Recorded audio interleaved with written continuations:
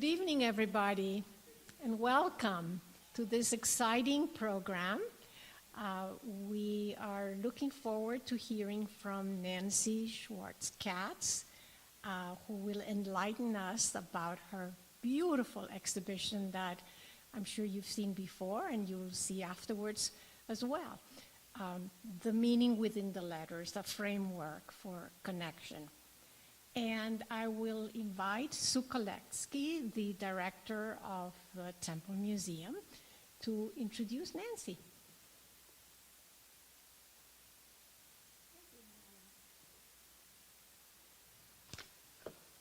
Thank you, Jimena. Jimena is the chairperson for the museum committee, and it's just wonderful working together. And we have a lot of people on the museum committee here. I want to welcome you, as well as people who just love Nancy's work.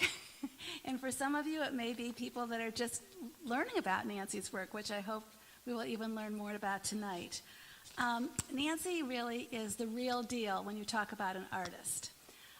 She did go to art school, so she's a graduate of Parsons School of Design, but beyond her craft, which is exemplary and really it's inspirational to see her do these magnificent paper cuts, whether they're a ketubah or something to honor someone, or in this case these beautiful letters which are so spiritual and have been so magnificently and deeply researched.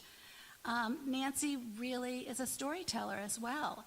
I mean, she gets involved with her work. She gets involved with the people that she works with in terms of the people who are getting married and ketubahs. And she just totally enmeshes herself in what she does. And it's beautiful. Everything she comes to the table with is absolutely beautiful. The first time I was actually introduced to Nancy and her work was at the Temple-Tifereth, Israel. She did a huge, and it's still up right now, you can see it, Tree of Life, and it was a piece that had probably 500 names in it for people who had donated to a specific, calling for a, it was, when people give money for a specific building project.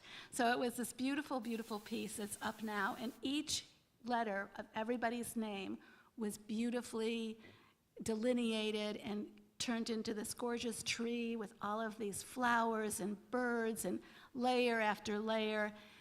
I knew right then and there I had to meet Nancy. That was just incredible. And she's just done one thing after the other that has just knocked our socks off. Recently, we had an exhibit of her work 2 years ago where she did the first 11 of these letters. And she also did this beautiful, The DNA of Language, which we are so proud and thankful to have in the Temple collection, the museum collection. So we will have it forever in our front commons to be able to see how the light comes through it and how the letters are literally dancing.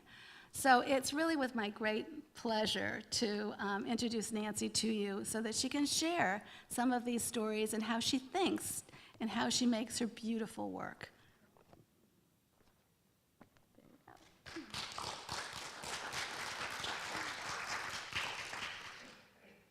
Well, I wasn't going to go into as much detail about my work, but as I go along, I'll explain my process. The meaning within the letters stems from my research on the Hebrew alphabet. What started out as a light-hearted approach to illustrating the letters became a deep dive into the mystical interpretation and, in turn, of creation. In order to study the letters, in addition to the Talmud and lots of other commentaries from Orthodox to Reform views, I also studied Sefer Yetzirah, which is what the Mobile is based on, which is the pairing of the Hebrew alphabet. It's an ancient book in Jewish literature on creation. It espouses that our world and the letters in our world come from one creative source. These letters are then a vehicle for exploration on the meaning of being, as each letter builds on one another. The writing is unique in that it invites the reader to participate.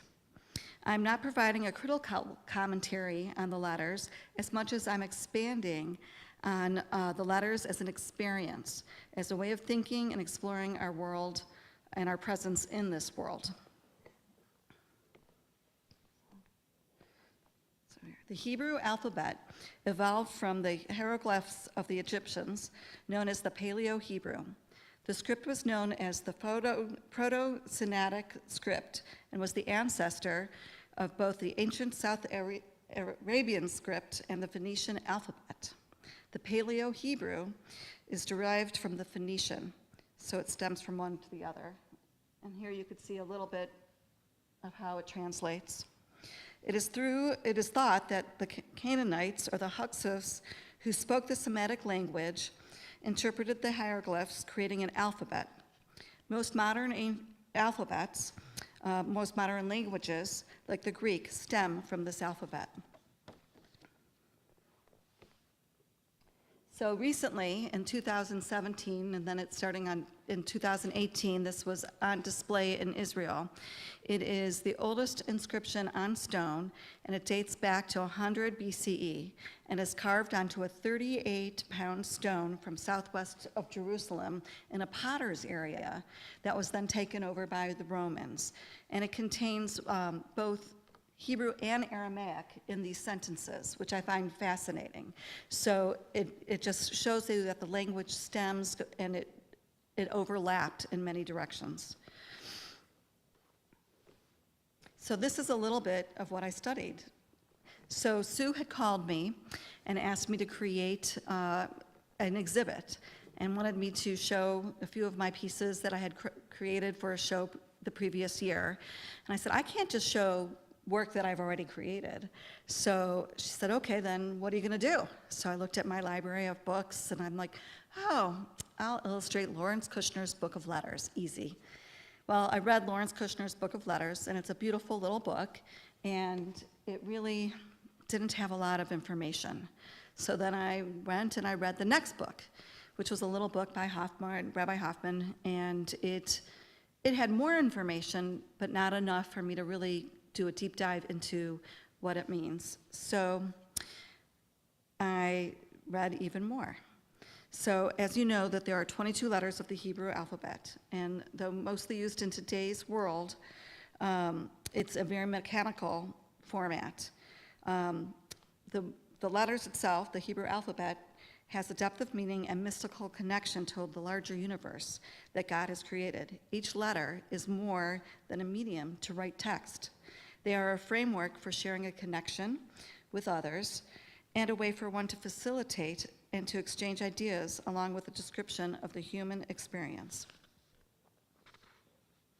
And also, one thing I found really interesting in the studying of all these books is that there's no mention of rabbis or Torah, and there's really no mention except for creation at the beginning of God. And at the very beginning, it makes the letters non-denominational, so it's for everybody to interpret and experience and explore. And so the book, the Sefer Yetzirah, which is the pairing of the letters, according to lore, is a mystical text that was passed from Adam to Noah and then to Abraham. Abraham is said to have written the Sefer Yetzirah.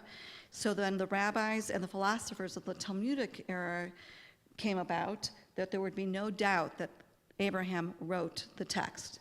Now for more modern interpreters or historians, they beg to differ with this, so there's some controversy on the actual who wrote the Sefer Yetzirah. So there are 3 sections to the Hebrew alphabet in the Sefer Yetzirah. And the first section are the 3 mother letters. This isn't in order, but there's Aleph, Mem, and Shen. So you see them right here. They're the primordial elements: water, fire, light, and air. And these elements are independent of one another. Aleph is associated with your chest, air, breathing.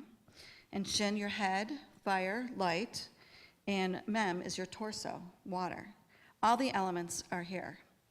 Ever wonder why, when you are in an ocean and you're standing in the water and your feet are on the ground with the water and you're standing, you have your breath, your air, and then You're standing tall, and you wonder why you're so calm. It's because you are experiencing all of those elements at the same time, which I always found fascinating. So, then there's the double letters. The 7 double letters are representatives of man's duality. They are Bet, Gimel, Dalet, so like Bet, Vet, Gimel, Dalet, Kaf, Pei. You also know Pei is Fei, Pei, Resh, Tav, Tzav, Tav. Like the planets that are constantly in motion, man is always on the move. One is influenced by what is going on around them. Because of these influences, people can go from one extreme to another, and the letters help a person balance those extremes. The 7 double letters are associated with the 7 planets, the 7 days, the 7 apertures in a person. The apertures connect man to the outer world. Sight, you have 2 eyes, hearing, 2 ears, the nostrils, smell, and 1 mouth, taste, and speech. Then we have simple letters. This is the 3rd section, and there are 12 simple letters, or elemental letters. He, Vav, Zayin, Het, Tet, Yud, Lamed, Nun, Samach, Ayin, Tzadi, and Kuf. The simple letters, in contrast to the mother letters and double letters, are said with 1 sound each. These letters are associated with stability. Like the 12 months of the year, they are constant. I found the 22 letters are a roadmap to life, as I had mentioned before, with an explanation, shaping a person's mind to live with intention. How often do we deal with the yin and yang of life and what is thrown at us? When do we go too far with something? When do we say too much? When do we feel that we have not done enough of something? The letters help reconcile this with the back and forth between oneself, an individual, and others, and that way you're able to see your impact of your actions.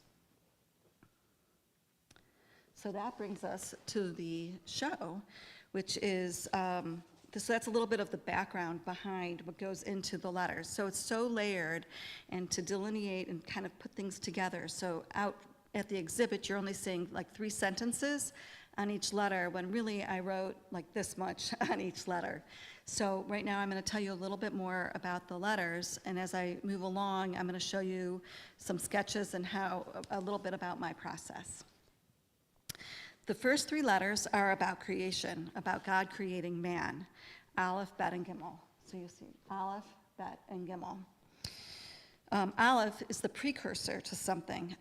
Thought. So when you say Aleph, when you go to say Aleph, you don't really say anything.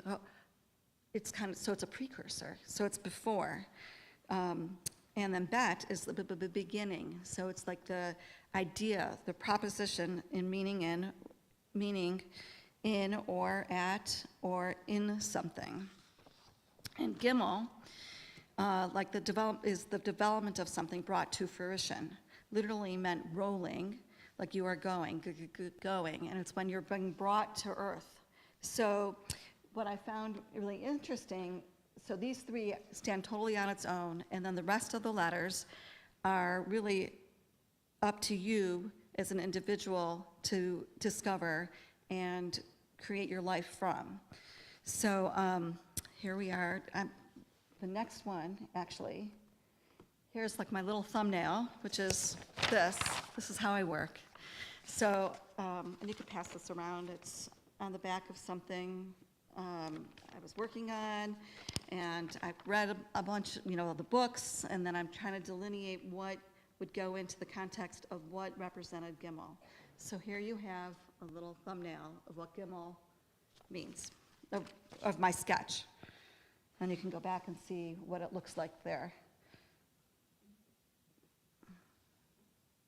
And then here are the layers. So once I draw this out, then I draw it to size. I have my thumbnail, and then I look at it, and then I sketch it out, and then I decide what is going to be on a front layer and what is going to be on the back layer, and then I cut it, and then so I have the layers and then I play with it from there. So here you can see the bottom layer and then the top layer.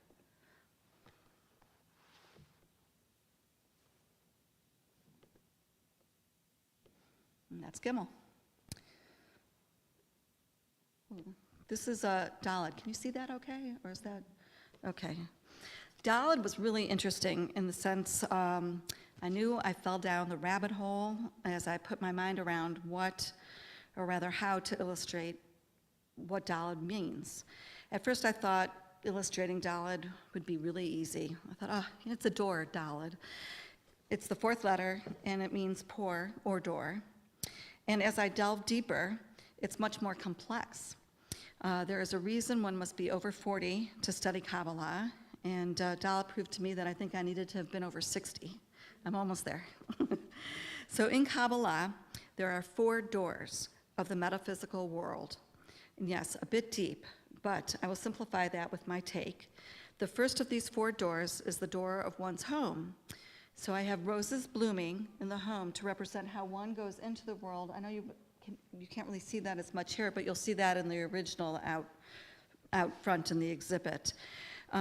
Is when you go into the world, there might be sharp edges. So you have roses, so you have things that you have to deal with.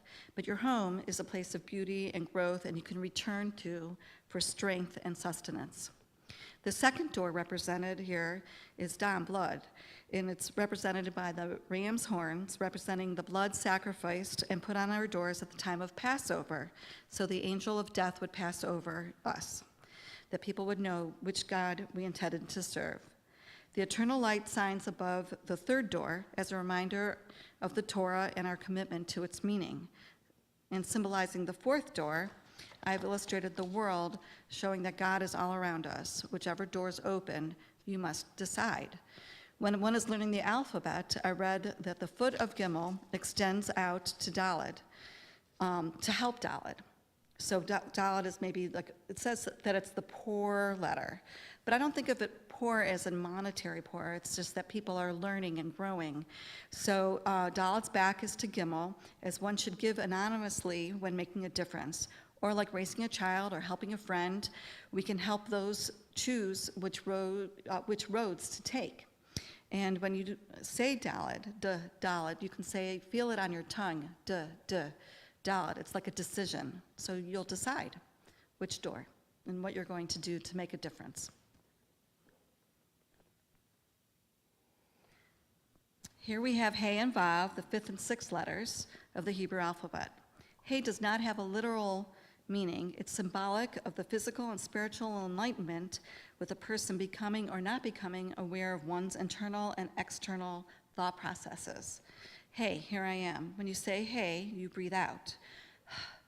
There's a hey, there's breath. Every letter has a bit of hey in it and is considered the letter closest to God because of this. Hey is used to change a word from male to female, and at the end of the word, like yeled, boy, to yelda, girl. And as a prefix, it indicates a sentence is a question. As a suffix, it means toward something. As a preposition, hey makes a noun, a definite, like the boy, the whatever it is that you're going to. And Vav, I loved in the sense of trying to connect, I call it the connector letter. And it represents the physical space around us, right, left, up, down, back, front. And it's a bridge from one thing to another. God created the heavens and the earth, so Vav is like and. And when used in language, Vav can connect the past to the future to the past, the present to both, as well as any one thing to the next. On a spiritual level, it is said that we are all linked through Vav, either through our DNA or how we serve God or each other.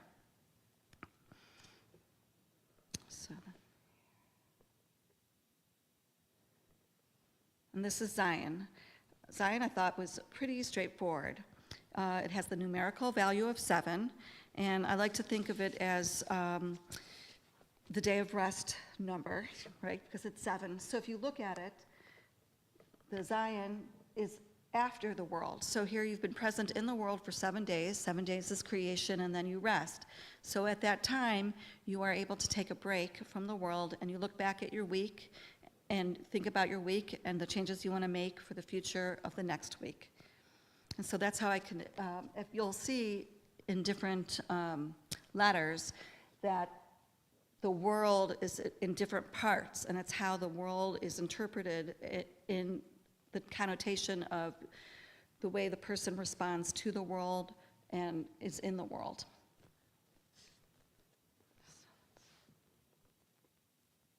And here we have Chet and Tet. Chet is the symbol of balance. It also means life, and it looks like a combination of Vav and Zion with a bridge. So here you can see the Zion and the Vav, and then there's a bridge.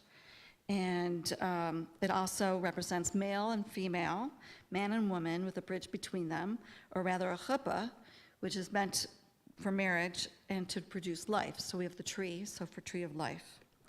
Many words that start with Chet are opposites, like chesed is pious, while chait is sin, and that is up to you to find the balance between the one extreme to the other.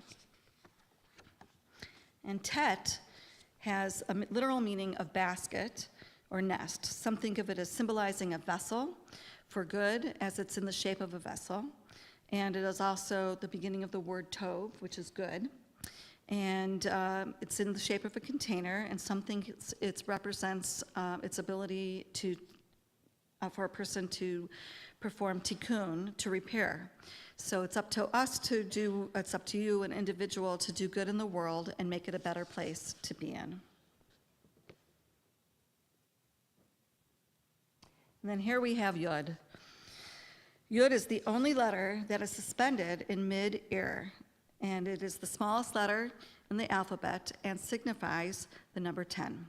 It's also the most powerful letter as it represents God. In its singularity form, the Yud signifies the oneness of God, the single point from which all of creation is formed. In Jewish mysticism, the letter Yud represents a cosmic messenger bringing movement and change into our lives. Think about when you put a pen to paper, you just have something and you go and you write, and you make a mark. There you have Yud. So you've made a mark, and that Yud has the power to become bigger.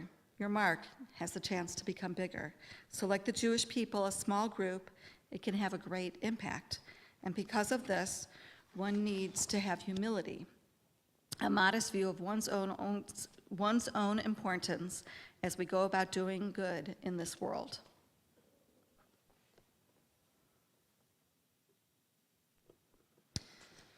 Okay.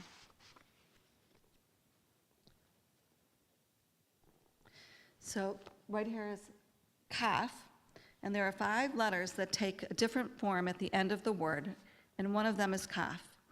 It's also the 11th letter of the Hebrew alphabet, and the literal meaning is the cupped palm of the hand. Like our hand, we're able to bend when we need it to. As individuals, in the physical sense, we are able to bend and change and shape ourselves to build our individual character. Bend your hand like the kaf, and what does your cup contain? And then lamed literally means to teach and to learn, and it's the tallest letter of the alphabet. One may think, how can it be both learning and teaching at the same time? When you learn something, it becomes part of you. It's embedded in your heart. From there, you can teach what you've learned. You are planting seeds of learning to be used for teaching in the future. And you can pass that knowledge into the future, the door of a door, generation to generation. This is for every individual. To quote Rabbi Akiva, the full spelling of lamed is read, a heart understands knowledge. Teaching comes from the heart of knowledge you have learned. And lab means heart, which also starts with lamed. Lamed is also the prefix to to, as someone is moving forward or towards something, or going in a different direction. To learn, to teach, to go, to do. A person's course of life is through learning and teaching. I'm sure you've all heard of Loshen Hora, which starts with lamed, and Rabbi Edward Hoffman refers to this as be not a fly seeking sore spots, cover up your neighbor's flaws and reveal them not to the world, meaning you do not speak poorly of somebody. So my take on lamed was, when you learn something, you can share it or not share it. What is the impact of the knowledge you have learned, and will it help someone? So here's a little sketch. This is my thumbnail, and literally, it's half the size of this. So that was my mem, and mem means water, and it's a double letter. And here you can see some of my notes, is when I'm coming up with what to do for mem. And mem is also one of the double letters, one of the mother letters. When you go say to mem, it reverberates. It's like water, earth. And you look, if you remember the three mother letters, there's aleph, and then mem, water, and earth, and then shin is fire. It's very meditative to say mem. You can feel it in your insides, and it's very calming. According to Jewish mystics, mem is the vast sea of human consciousness concealed from view. And there is information that one knows and information that you'll never know. So for the information that you learn, you can see the opening at the bottom of mem, and then the closed mem for things that we will never know about. It's up to us to take the information of what we have learned to take it into the future. It's like a stream of information flowing from our bodies, from up above, into our bodies. And it's interesting because when mem is used at the beginning of the word and the end of the word, it makes a word have different meaning. When used at the end of the word, it becomes a final word or final letter, and it becomes plural or plural. A person might have a desire to do something, a dream. In order for that dream to happen, one needs to learn. And we are mostly made of water, like the osmosis of water. We are constantly moving and growing. And there are things that we know, which is what the open mem represents, and things that we will never know. And the word ma, is also meaning what. So it's important to take things a step further and ask questions as you move along. So here we have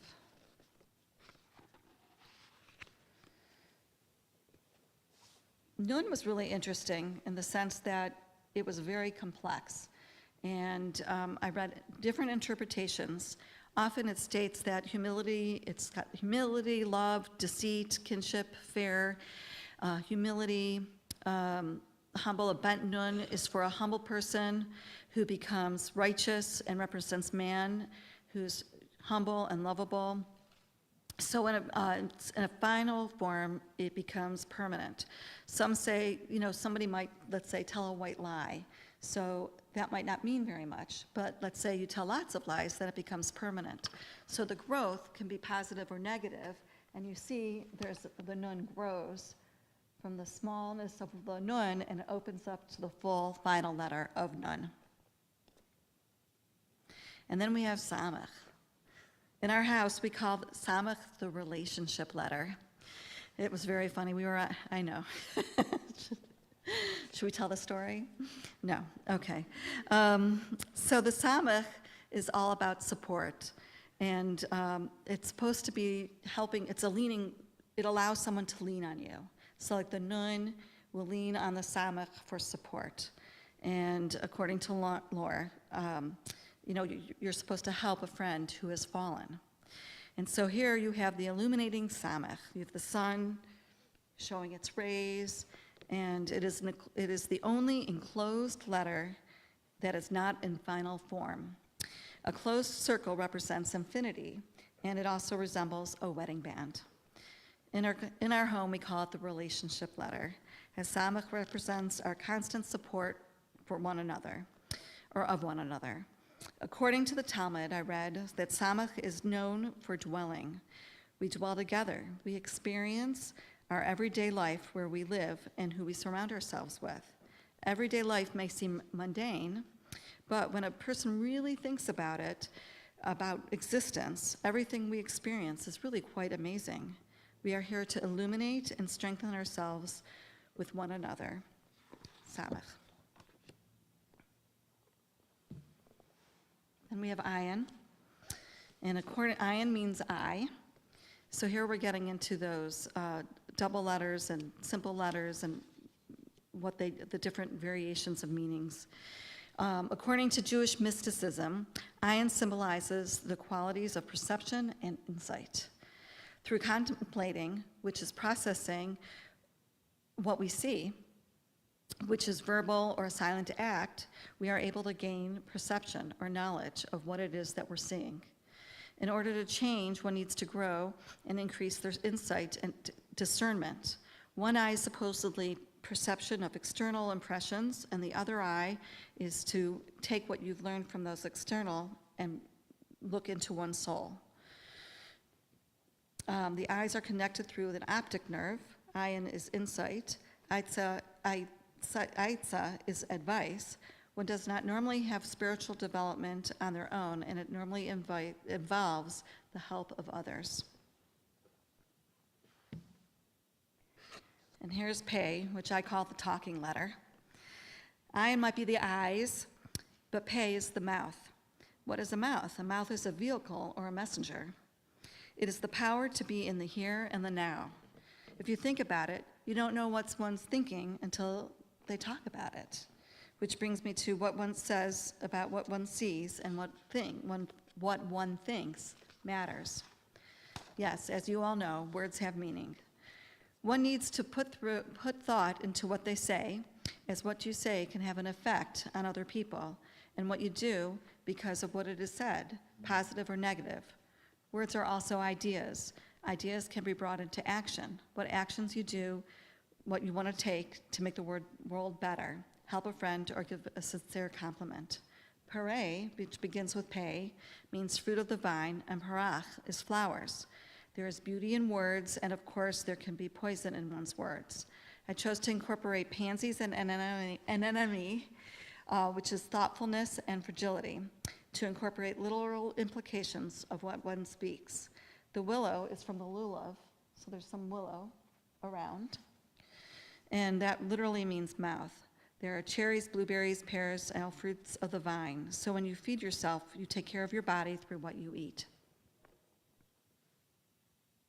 And then also the vines are for connection, because you might not think of what your words can spread, but everything can spread once you say it. Sati is up to us to have standards to hold up the world, to make a difference. There are supposedly 36 righteous individuals on the world, on the planet at one time. It is said the palm trees bends in a hurricane but does not break. So like a palm tree, no matter what is thrown at a person, they can get back up and be steadfast. And then this is Kuf. And Kuf was interesting in the sense of how do you illustrate kavanah, or the spirit, and intention and sincerity. So I have separated the different parts of kaf so you can have intention and sincerity as you go through and learn about the letter.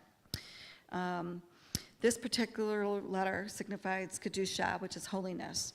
This refers to God, of course, which completely distinguishes the divine from all else. So here I have separated the letters. The word comes from the word kerev, which is to come close, inferring that sacrifices were not only made to appease God, but to aspire one towards a higher spiritual state. Excuse me for a second. I need a little water.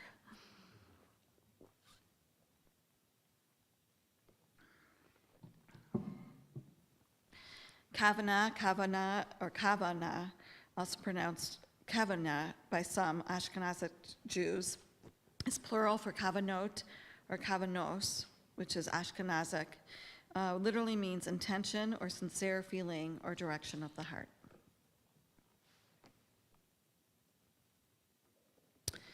Reish, I like to refer to as the yoga letter. It is symbolic of wickedness as well as higher consciousness. So the Reish alludes to the word Rosh, which is head, and the head is the most significant of all the parts of the body. It's the source of intellect, reason, and wisdom. It is said that wickedness, because without taking the time to separate yourself from the everyday parts of the world, you might get caught up in things that are not good for you. So it's important to take a step back, to think, to breathe, to look at what you're trying to do and what you're accomplishing and think about what's important here and make the right decisions accordingly. Can anybody find the head in this?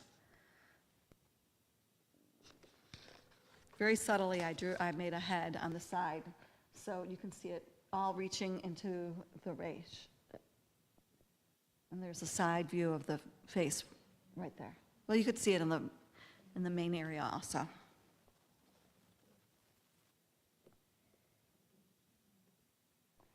Okay, so here's a little bit more on process.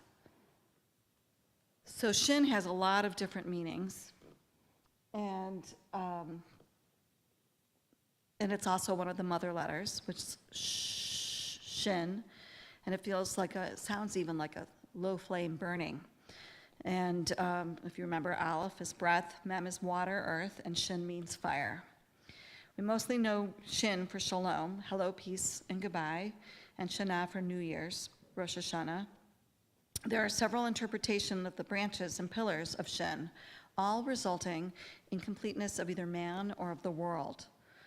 All revolve around growth and change and show us how to be able to have a peaceful existence. Like at the high holidays, you clear your year from before and you set new goals. So here's a few examples. But anyway, this is, so you could see my thumbnail here, and then I changed it, and you could see where my final came from. And then I'm going to show you here, as I tell you about them. This is here's my process. So you can see how I cut the paper cut, and I'm cutting Shin right there. It's a little fast forward, so I don't work that quickly. Each of us has an inner flame that sparks. You have an outer flame, one's actions, and an inner flame, our thoughts, and a surface flame for what you show others.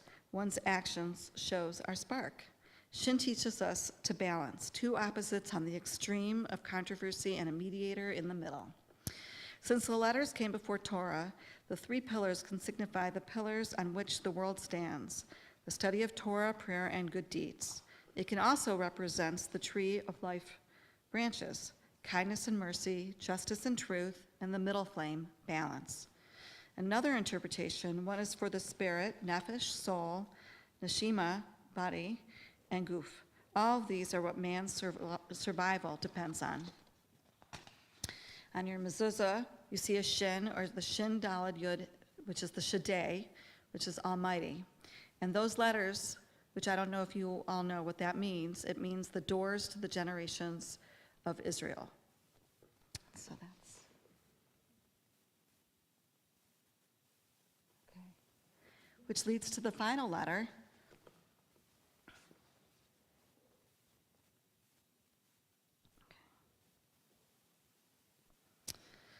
But before we go to the final letter, we can go on about Shin for days because it's so interesting about the dualities and what does it represent and what does the fire represent and what represents change. But I'll leave it at that. So here we're finally at the last letter, which is Tav.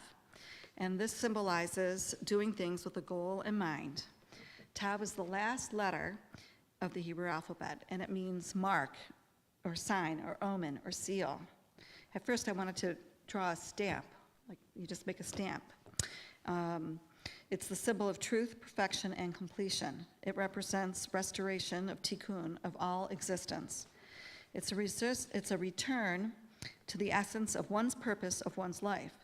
It represents completion before beginning again with the original Aleph. So here we have that. So you can see it's all very orderly and organized. And then here you go back to Aleph. So let's say you have a project or an idea, and then you go and experience the letters. It's like everyday life. And then you are a part of the earth. And with that, I invite you to experience the letters and what they might mean to you. So thank you. Do you have any questions? Depends on the day. Every time I see the exhibit, I have a new favorite.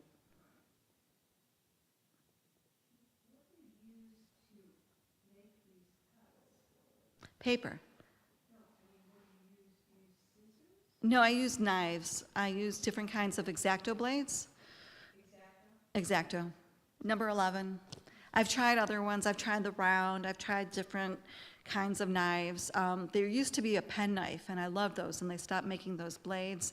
And now there's like a cheaper one, and it doesn't do the same, it doesn't hold the same girth when I hold the knife. So I've gotten back to just using number 10, number 11. Well, it's more about the study too. So this whole series has taken me 3 years. So because I had to read, and I had to, kind of not just read, interpret.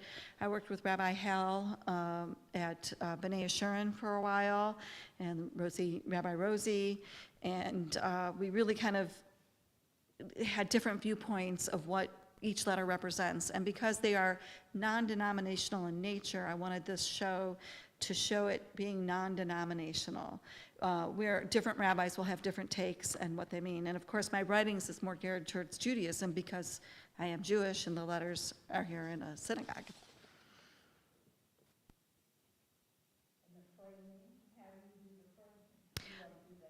No, I do not, but I work with Joe Arco down in Little Italy, Arco Picture Framing. He's amazing. And we designed the mats and the frame together. And because I wanted it to be layered, to have it be like in a box. So each one has the same framing, and they're layered. So there's a back layer, and then there's film over that. So it's a combination of papers. I use handmade papers from Twin Rocker, which is a mill in Indiana. And they make my paper specifically for me. So one side is flattened and easier to cut on, and the other one is more porous and is more pleasing to the eye. And then I layer it with different kinds of plastic films. My husband happens to be a plastic film manufacturer, so I kind of go in there and I look at different kinds of films of what I would want to put and make it look, have a certain viscosity to the look. And so like the background of each layer has a piece of the handmade paper, and then I put a film over that, and it just gives it this otherworldly kind of feel to it. And then I build the layer on top of that, which was going back to Gimel, as you saw, the back layer and then the top layer. Yes? Correct, because it's pre-Abraham. So it's. So how close I'm very ignorant of Hebrew alphabet and studies, but how well is that connection between the Paleo letters and the Hebrew letters? No. Direct. It doesn't mean it would be fine. Is that hard to put together, or is that just something we all know that I can? Well, it's you don't know it until you study it. So it's interesting because also in my, going back to all the books, and even like looking at, what is Paleo-Hebrew, and where does that stem from? So there's the hieroglyphs, which were Egyptian. So from there, you had the next generation did the, here, let me flip back my notes. So the next generation flipped, did the proto-script, was known as the, so the hieroglyphs were known for the Egyptians, right? Okay, so then the script was the Proto-Sinaitic script, was the ancestor to both the ancient South Arabian text and the Phoenician alphabet. So the Hebrew alphabet is derivative of the Phoenician alphabet. So next comes that. So it's like the fourth generation from the hieroglyphs. Yes? No. If anybody told me I'd move to Cleveland, Ohio and specialize in Judaica, I'd be like, there's no way. But I do it all willingly and happily. I moved to Cleveland for a job that fell through. It was the recession of '92, and I was trying to figure out my next step. Do I go back to New York City? Do I go to LA? Where do I want to be? What do I want to do? And I received 3 phone calls in 1 week from 3 completely different people who had seen my sisters, my cousins, and my girlfriend's boat. And I thought, hey, there's a job here. And I started my business creating Judaic art. And that's how I started. Pardon? Oh, my next project. I've got a few ideas. I'm going to start painting a little bit. I'm finishing up a large piece for the entrance of Mandel Jewish Day School. That's been a couple years coming, and that's pretty exciting. And it's a large 5 foot by 5.5 foot piece based on the letter M, mem. And I think I might take a little break for a couple months, I'm not sure. But next summer I have an exhibit. During COVID, I found myself not really being very creative, and so I started doing a drawing a day. And the Shaker Historical Society invited me to have an exhibit of all 100 drawings next summer. So I'll be working on that also, and creating paintings from ideas that I came up with during COVID. Any other questions? Plus taking this on the road, which is very exciting. Oh, right. I was at Worthington Yards. I had a show. I was invited to participate in a show at Worthington Yards. But it's been very exciting. All my pieces from Worthington Yards sold. One to the new land studio and the Metro Health Hospital just purchased a large piece of mine, which will be on the 6th floor entranceway. And then I did a series on the Cleveland bridges in Cleveland and the connecting of the water and east side and west side of Cleveland. And those just sold to a nonprofit, and those will be on display there. So it's all very exciting. Those were paper cuts. Yes. But the Mandel Jewish Day School will be painted behind the letter, which will stand out on its own. So, but my major was in drawing and concepts. So I draw, and I like to work in gouache, but I'm going to experiment a little bit more now. Mm-hmm. Any other questions? Thank you all for coming.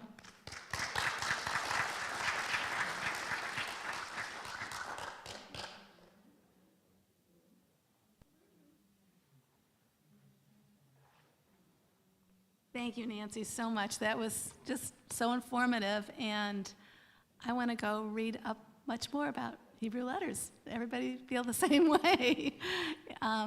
We learned so much tonight. Thank you so much, and these are so beautiful. I want to invite you to have some wine or some water or juice and some cookies and talk to Nancy, and definitely look at the exhibition. Tell your friends to be able to come and see the exhibit. This was streamed tonight, so if your friends weren't able to see this, they can go to the TTTI website, and under archives, you'll be able to see this presentation, so it will be there.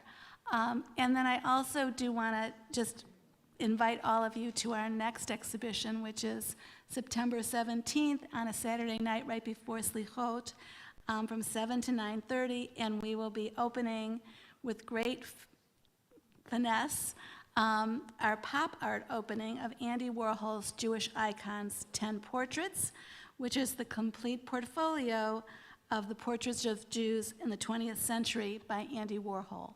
And these beautiful, very large, stunning pieces were donated as a gift from Joel L. Saltzman and a gift in memory of Leslie Wolfe by his family. So we're going to have light bites and great things to drink. We have a DJ. We're going to be dancing. We have artists from FIG who are going to be engaging us in doing silkscreen, so we understand what Andy Warhol's process was with silkscreen. And we also have over 100 books about the 10 people that are in this amazing portfolio. Graphic novels, children's books, adults' books. So we really hope that you'll come and celebrate with us. So Nancy, thank you again. And let's go and party now.